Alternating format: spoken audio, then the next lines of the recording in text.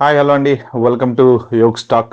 Thank you for supporting my videos. ఎవరైనా first time నా ఛానల్కి వచ్చినట్టుంటే సబ్స్క్రైబ్ చేసుకోండి. అలాగే వీడియోలు కనుక మీకు నచ్చితే మాత్రం ఒక నలుగురికి షేర్ అయితే చేయండి. ఇంకో రిక్వెస్ట్, లైక్ ఇవ్వడం మాత్రం మర్చిపోకండి. ఎందుకంటే లైక్ ఇస్తే మన యూట్యూబ్ వీడియో ఇంకో నలుగురికి చేరుతుంది. సో చిత్ర విచిత్రంగా ఉంది పరిస్థితి. ఏంటి చిత్రాలు ఏంటి విచిత్రాలు ఏంటి అంటున్నారా? మూలిగే నక్క మీద తాటికాయ పడ్డదని ఒక సామెత ఉంది చూసారా? ఆ టైపులో ఇండియాలో యుఎస్ ఎంబసీ వాళ్ళు ఒక చిన్న ఇన్ఫర్మేషన్ నిన్న బయటకి ఇచ్చారు. ఎక్స్లో పోస్ట్ చేశారు.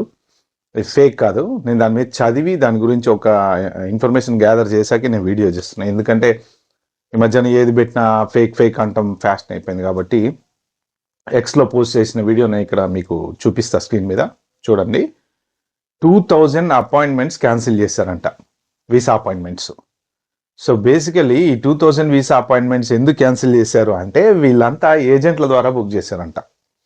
సో బాట్స్ అంటారు వాళ్ళని, ఏజెంట్లని. ఆ ఏజెంట్ల ద్వారా ఫ్రాడలెంట్ డాక్యుమెంట్స్ తోటి, ఫ్రాడలెంట్ బ్యాంక్ అకౌంట్స్ తోటి, చాలా ఫ్రాడలెంట్వి అన్నీ వాళ్ళు మొత్తం చూసిన తర్వాత అపాయింట్మెంట్ క్యాన్సిల్ చేయటం కాకుండా ఢిల్లీ పోలీసు వాళ్ళకి కంప్లైంట్ చేస్తే ఢిల్లీ పోలీసు వాళ్ళు ఇప్పుడు ఆ ఏజెంట్స్ మీద కేసులు పెట్టి ఇన్వెస్టిగేషన్ చేస్తున్నారు ప్రస్తుతానికి.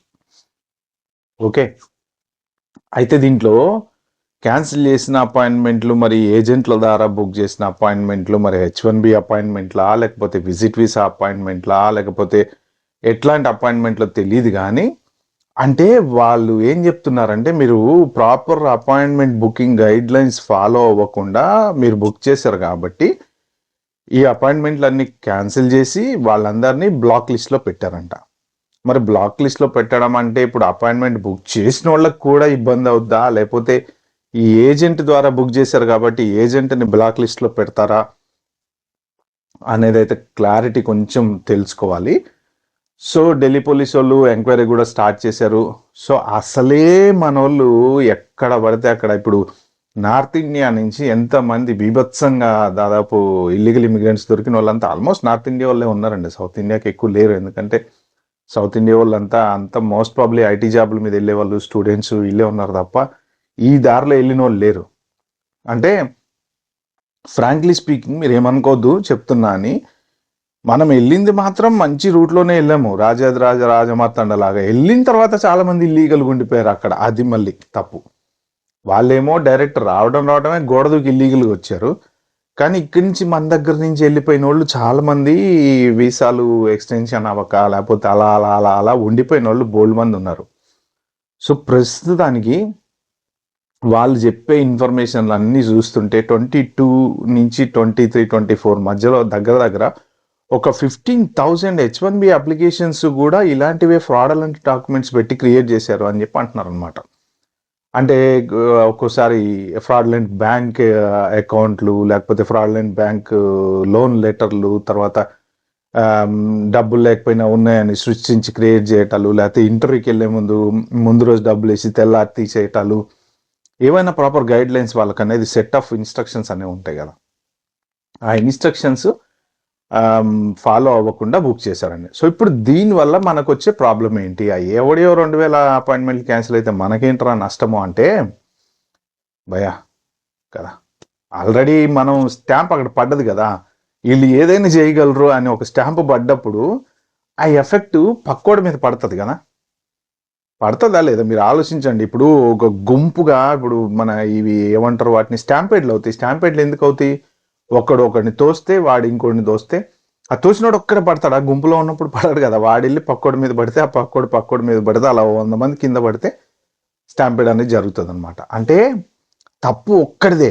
ఆ పెద్ద గుంపులో ఎవడో ఒక్కడి ఇట్లా తోస్తాడు జనాలని, ఆ 100 మంది కింద పడతారు.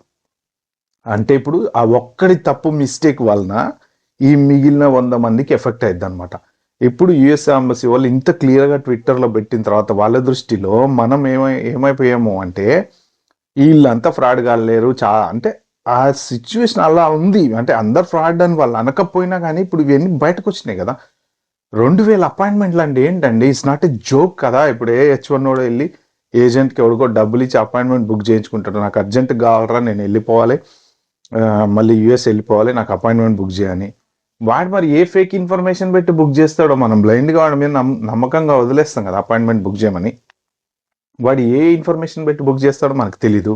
సో ఇప్పుడు అపాయింట్మెంట్ క్యాన్సిల్ అయింది, వాడిని బ్లాక్ లిస్ట్లో పెట్టారు, వాడి ద్వారా మనం బుక్ చేస్తాము.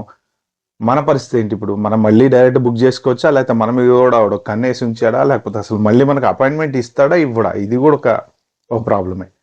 So 2000 appointments 100% not a joke అండి, డెఫినెట్లీ నాట్ ఏ జోక్. ఇప్పుడు దాంట్లో ఎంతమంది జెన్యున్ అప్లికేషన్స్ వాళ్ళు ఉన్నారో, ఎంతమంది ఫ్రాడ్ అప్లికేషన్స్ వాళ్ళు ఉన్నారో. ఇప్పుడు వాళ్ళు చెప్పేది ఏంటి అంటే, మీరు బుక్ చేసేటప్పుడు అపాయింట్మెంట్ బుక్ చేయడానికి ఉండేటువంటి గైడ్లైన్స్ రూల్స్ ఫాలో కాలేదు అంటున్నారు. ప్లస్ దాంతోపాటు డాక్యుమెంట్స్ ఏమైతే సబ్మిట్ చేశారో దాంట్లో దొంగ డాక్యుమెంట్లు చాలా ఉన్నాయి అంటున్నారు వాళ్ళు. ఇలా దీన్ని ఎంక్వైరీ చేసి దీన్ని కొంచెం వాళ్ళు అంటే ఈ ఇన్ఫర్మేషన్ వాళ్ళు బయట పెట్టే ముందే ఆల్రెడీ డీప్గా ఇన్వెస్టిగేట్ చేశారు వాళ్ళు. చేసిన తర్వాతనే ఢిల్లీ పోలీస్ కంప్లైంట్ చేశారు, ఢిల్లీ పోలీస్ ఏజెంట్ల మీద కేసులు పెట్టారు, వాళ్ళు ఇన్వెస్టిగేట్ చేస్తున్నారు. ఏం చేసినా ఇప్పుడు ఏంటంటే దీనివల్ల నెక్స్ట్ ఎవడన్నా అపాయింట్మెంట్ బుక్ చేసుకునే వాడిని ఇంకా గట్టి కూర్చోబెట్టి కుమ్ముతారు అనమాట. చెప్పు ఏం కథ, ఇదేంది, నిజమా అబద్ధమా అంటే జెన్యున్గా ఈజీగా సింపుల్గా అయిపోయేవన్నీ మనము కాంప్లికేట్ చేసుకొని మన నెత్తిన మనమే ఒక పెద్ద రాయి పెట్టుకుంటున్నాము. ఇప్పుడు ఈ ఇండియన్ ఎంబసీలో ఆ ఎంబసీకి ఎవడు వెళ్ళినా కూడా ఆడికి ఏమో అనుమానాలు వస్తుంటాయి. నిజమే కదండి, మనం జెన్యున్గా ఉంటాం, మనకేం తప్పేం లేదండి. కానీ ఓ 2000 మంది ఇలాంటి ఫ్రాడ్స్టర్స్ పనిచేసినప్పుడు మిగిలిన వెనకాల వెళ్ళే 10 మందికి కూడా వాడికి అనుమానం పెరిగిపోతుంది. అది చాలా ఎఫెక్ట్ పడుతుంది, మనకి తెలియకుండానే మన మీద చాలా ఎఫెక్ట్ పడిపోతుంది. ఓకే, మనం జెన్యున్గా ఉండొచ్చు, నో ప్రాబ్లం. సో ఇప్పుడు ఈ నెక్స్ట్ వీసా అపాయింట్మెంట్లు ఎవరైతే తీసుకుంటున్నారో నా బెస్ట్ సజెషన్ ఏంటంటే మీరు దయచేసి మీ ఓన్గా మీరు బుక్ చేసుకోండి. అది 2 నెలలు పట్టినండి, 3 నెలలు పట్టినండి, 6 నెలలు పట్టినండి, 8 నెలలు పట్టినండి. ఈ టోట్స్ బోట్స్ ఏమంటారో వాళ్ళు ఎవరైతే కన్నా బుక్ చేస్తున్నారో వాళ్ళ ద్వారా ఏజెంట్ల ద్వారా వెళ్తే అసలు ఆ ఏజెంట్ గాడెవ్వడు, ఏంది, వాడు జెన్యున్ ఏజెంటా కాదా, డబ్బులు ఇచ్చి బుక్ చేస్తున్నారా, డబ్బులు లేకుండా బుక్ చేస్తున్నారా, ఎంత తీసుకొని బుక్ చేస్తున్నాడు, వాడి కథ ఏంటి మీరు తెలుసుకోండి. అనవసరంగా తొందరపడి ఏజెంట్ల ద్వారా మనకి ఏదో ఈ ప్రేమ కూడా ఏదో ఉంది కదా, మనతో ఎక్స్ట్రా డబ్బులు కట్టేస్తే ముందు అలాంటివి ఏమన్నా బుక్ చేసుకోండి. కానీ వీళ్ళ ద్వారా బుక్ చేసి తీరా అన్ని రోజులు వెయిట్ చేశాక అపాయింట్మెంట్ క్యాన్సిల్ చేస్తే ఆల్రెడీ ఇప్పుడు ప్రజెంట్ వెయిట్ టైమ్స్ వాళ్ళు చెప్పే దాని ప్రకారం 800 to 1000 డేస్ అంట. రఫ్లీ కొన్ని B1 B2 వీసాలకైతే 800 to 1000 డేస్ అంట. అంటే సంవత్సరానికి 365 డేస్, 800 డేస్ అంటే ఏంటండి, దగ్గర 3 years. ఈ లోపు ఇడు ముసలోడు అయిపోతాడు, ఎప్పుడో వీసా కావాలన్నా నాయన అంటే 3 ఏళ్ల తర్వాత అపాయింట్మెంట్ ఇంటర్వ్యూకి ఇస్తే 3 ఏళ్ల తర్వాత పోయి ఇంకేంది 70 ఏళ్ళకి 74 ఏళ్ళు వస్తాయి అన్నమాట. కానీ ఈ అపాయింట్మెంట్ టైమ్స్ కూడా వాళ్ళు పెంచడానికి కూడా రీజన్ ఇదే. వాళ్ళు చెప్పింది నేను చదివిన ఆ ఆర్టికల్లో వాళ్ళు రాసింది కూడా ఏంటంటే ఆల్మోస్ట్ చాలా వాటికి ఫ్రాడలెంట్ documents, even H1 15,000 applications, H1 అప్లికేషన్స్లో కూడా ఫ్రాడలెంట్ డాక్యుమెంట్స్ వచ్చినాయి అంట. మరి H1కి ఏం ఫ్రాడలెంట్ డాక్యుమెంట్స్ పెట్టారు అనేది నాకైతే క్లియర్గా అర్థం కాలే. అంటే దాంట్లో వాళ్ళు ప్రాపర్గా మెన్షన్ చేయలేదు. అలా ఉన్నాయి వచ్చినాయి అప్లికేషన్స్, చాలా అప్లికేషన్స్ కూడా ఫ్రాడలెంట్ డాక్యుమెంట్స్తోనే వస్తున్నాయి. కాబట్టి మేము ఈ అపాయింట్మెంట్స్ క్యాన్సిల్ చేసాము, ఇన్వెస్టిగేషన్ స్టార్ట్ చేసాము. ముందు దీని మీద చాలా సీరియస్గా ఉంటాము. ఎవరైనా సరే మీరు దొంగ డాక్యుమెంట్లు పెట్టి కనుక అంటే ఇప్పుడు పరువు పోతుంది కదా. ఇప్పుడు మన జయశంకర్ ఇది కంట్రీ టు కంట్రీ మ్యాటర్ కదండి. ట్రంప్ వచ్చిన తర్వాత బయటకు వస్తే ఇది అంతకుముందు కూడా ఇలాంటివి జరిగినాయి. కాకపోతే ఆ కంట్రీలో వాళ్ళు చూసి చూడనట్టున్నారు, ఇక్కడ మనోళ్ళు చూసి చూడనట్టున్నారు. నిజంగా ఇంతమంది డంకీ రూట్లో యుఎస్ వెళ్తున్నారు అంటే ఆలోచించండి. ఈ ఏజెంట్లు అందరూ అంటే కింద నుంచి ఇట్లా అందరికి తలా రూపాయి పంచుకుంటూ పోతేనే కదా వాడు అంత ధైర్యంగా ఒక మనిషిని కంట్రీ దాటిస్తున్నాడు. అంటే దాంట్లో ఎంతమంది హస్తం ఉంటుంది. మరి వాళ్ళందరినీ పట్టుకొని లోపటేస్తారా, లేకపోతే ఒక్క ఏజెంట్ కానీ తీసుకుపోయి లోపటేస్తారా? వీళ్ళ పైనుంచి కింద దాకా ఉండే వాళ్ళ హెల్పింగ్ హ్యాండ్ లేకుండా వీడు వాళ్ళందరినీ దాటించలేడు. ఒక కంట్రీ బోర్డర్ దాటడం అంటే నాటి జోకు. అది సింపుల్గా ఇది మన హైదరాబాద్ నుంచి విజయవాడ వెళ్ళినంత ఈజీ కాదు అది. హైదరాబాద్ నుంచి విజయవాడ వెళ్ళడానికే చెక్ పోస్ట్లో ఒక 5-6 చెక్ పోస్టులు దగ్గర కనీసం వస్తుంటాయి.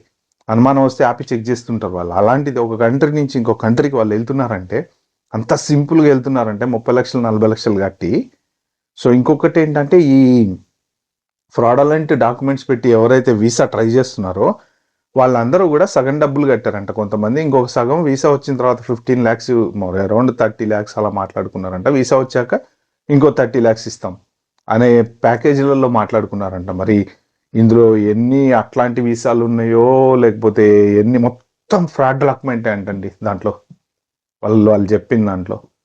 సో అస్సలే మన అమెరికన్ డ్రీమ్ రోజు రోజుకి అందరికీ ఇదైతుంటే ఇప్పుడు స్టూడెంట్స్ అప్లికేషన్ కూడా బీభత్సంగా రిజెక్ట్ చేస్తున్నారు. మీకు లాస్ట్ ఇయర్ ఇది October 2023 నుంచి అరౌండ్ 6 months గ్యాప్లో ఒక 2023లో 6,71,000 అప్లికేషన్లు వస్తే మీకు 2.71 lakhs అప్లికేషన్స్ దగ్గర రిజెక్ట్ చేశారంట వాళ్ళు. అంటే ఈ లాస్ట్ ఇయర్ కూడా రిజెక్ట్ చేస్తున్నారు, అంతకు ముందు ఇయర్ రిజెక్ట్ చేస్తున్నారు, ఈ ఇయర్ ఇంకా రిజెక్షన్ రేట్ పెరిగింది.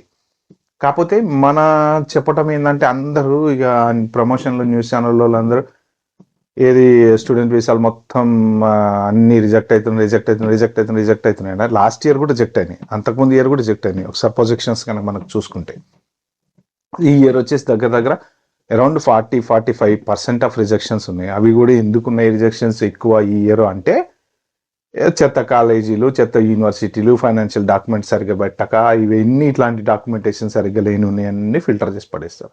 జెన్యున్ కాలేజీలో ఫీజు కట్టి జెన్యున్ బ్యాంక్ లోన్ పెట్టుకొని జెన్యున్గా పోయేవాడికైతే ఏ ప్రాబ్లం ఉండదు. సో ఫ్రెండ్స్ నేను చెప్పేది ఏంటంటే వీసా అపాయింట్మెంట్ ఎవరైనా ఇప్పుడు మన H1B ఎక్స్టెన్షన్లకు కానీ లేకపోతే ఇవన్నీ వెళ్తుంటారు కదా, సో 99% మీ ఓన్గా మీరు స్లాట్స్ చెక్ చేసుకుంటూ ఉండండి, అవైలబుల్ స్లాట్ చూసుకొని బుక్ చేసుకోవడానికి ప్రయత్నం చేయండి. కానీ ఈ ఏజెంట్ల జోలికి అయితే మాత్రం పోమాకండి. ఈ వీడియో కనుక మీకు నచ్చినట్టయితే మాత్రం like, share, subscribe to my channel. Thank you.